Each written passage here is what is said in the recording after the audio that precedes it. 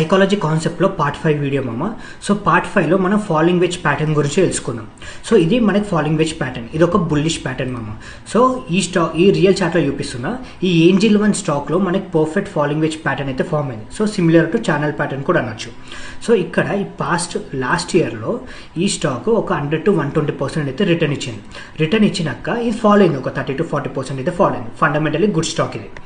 So ఇక్కడ మనకి sellers and buyers ఇక్కడ ఎలా బిహేవ్ చేస్తుంటారో మనం సైకాలజీ అర్థం చేసుకున్నాం. సో ఇక్కడ మినిమం 3 టచెస్ ఉండాలి. First touch, second touch, third touch. ఇక్కడ కింద కూడా first touch, second touch, third touch. Okay.